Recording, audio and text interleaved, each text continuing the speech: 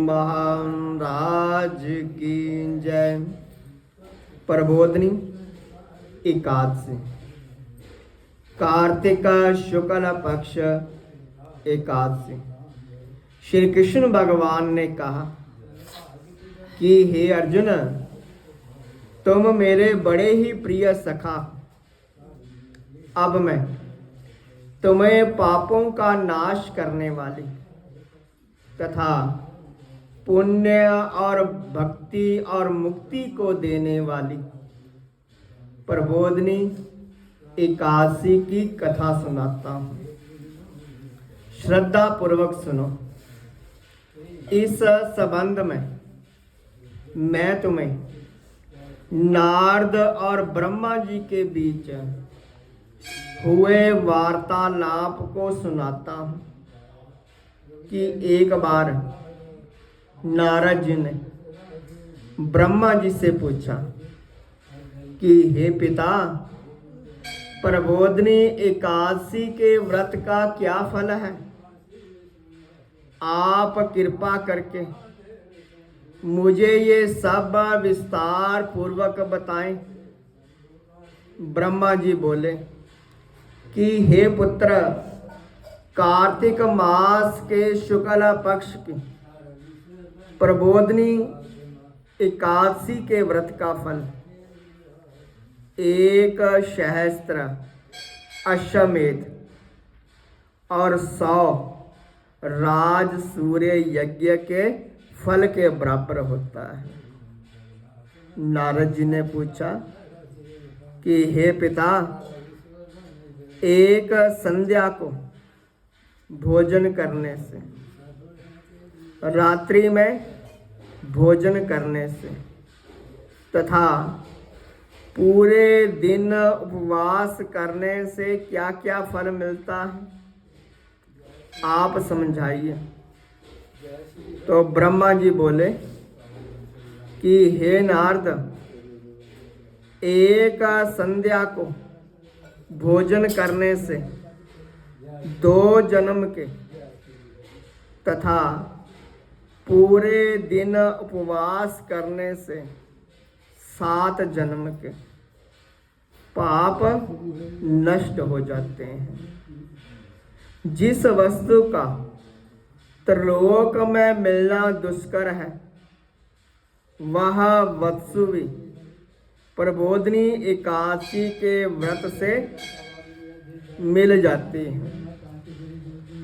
प्रबोधनी एकादशी के व्रत के प्रभाव से बड़े से बड़ा पाप भी क्षण मात्र में नष्ट हो जाता है। पूर्व जन्म में किए हुए अनेक बुरे कर्मों को प्रबोधनी एकादशी का व्रत क्षण भर में नष्ट कर देता है। जो मनुष्य अपने स्वभाव के अनुसार प्रबोधनी एकादशी का विधि पूर्वक व्रत करते हैं, उन्हें पूर्ण फल प्राप्त होता है।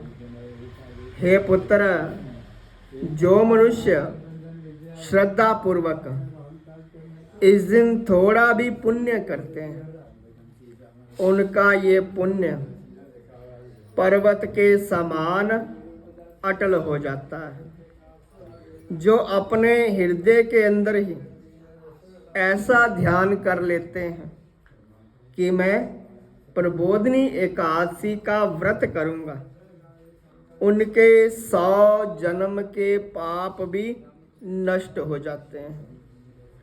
और जो मनुष्य प्रबोधनी एकादशी की रात्रि को जागरण करते हैं, उनकी बीती हुई तथा आने वाली 10 पीढ़ियां विष्णु लोक में वास करती हैं और नरक में अनेक दुखों को भोगते हुए उनके पितर विष्णु लोक में जाकर के सुख भोगते हैं।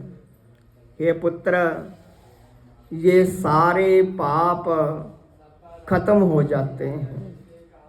इस संसार में उसी का जीवन सफल है जिसने प्रबोधिनी एकादशी के व्रत के द्वारा अपने कुल को पवित्र किया है, क्योंकि एकादशी भगवान विष्णु की अत्यंत प्रिय है। इसके व्रत के प्रभाव से मनुष्य पुनर्जन्म नहीं लेता है।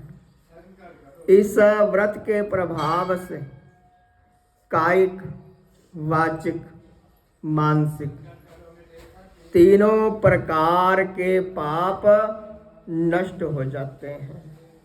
इसलिए हे नारद, तुमको भी विधि पूर्वक विष्णु भगवान की पूजा करनी चाहिए। जो मनुष्य कार्तिक मास में धर्म परायण होकर के अन्य व्यक्तियों का अन्न नहीं खाते, उन्हें चंद्रायन व्रत का फल प्राप्त होता है। कार्तिक मास में भगवान दान से उतने प्रसन्न नहीं होते हैं जितने कि शास्त्रों की कथा सुनने से प्रसन्न होते हैं।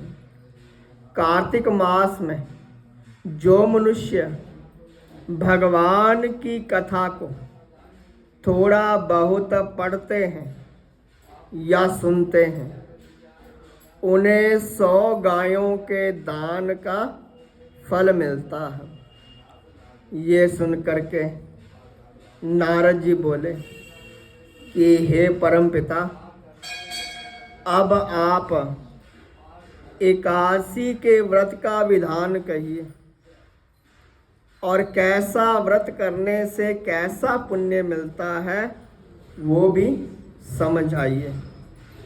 ब्रह्मा जी बोले कि हे नारद, इस एकादशी के दिन मनुष्य को ब्रह्म मुहूर्त में उठना चाहिए और फिर भगवान से विनय करनी चाहिए कि हे भगवान, मैं दूसरे दिन भोजन करूंगा, इसलिए आप मेरी रक्षा करें।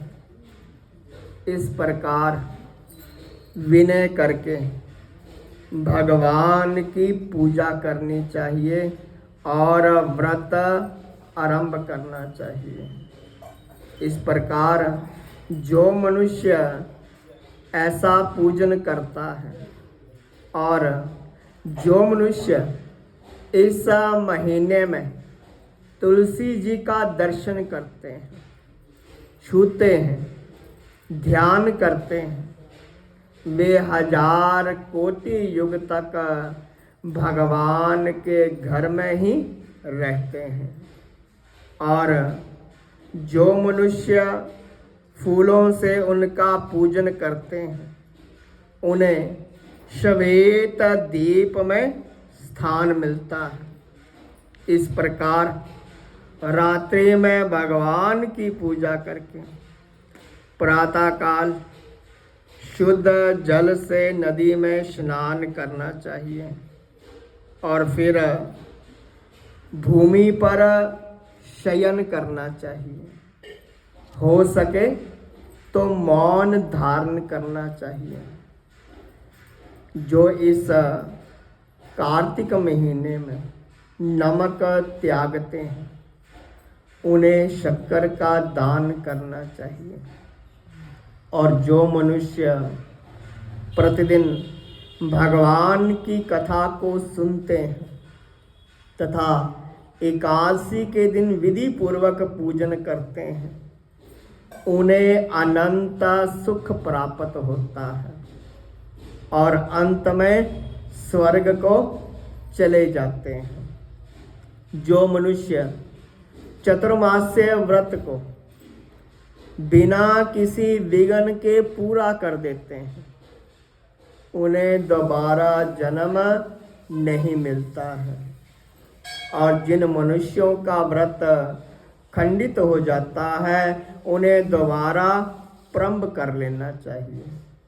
जो मनुष्य इस एकादशी के महात्म्य को पढ़ते या सुनते हैं उन्हें अश्वमेध यज्ञ के फल की प्राप्ति होती है। बोलिए श्री विष्णु महाराज की जय।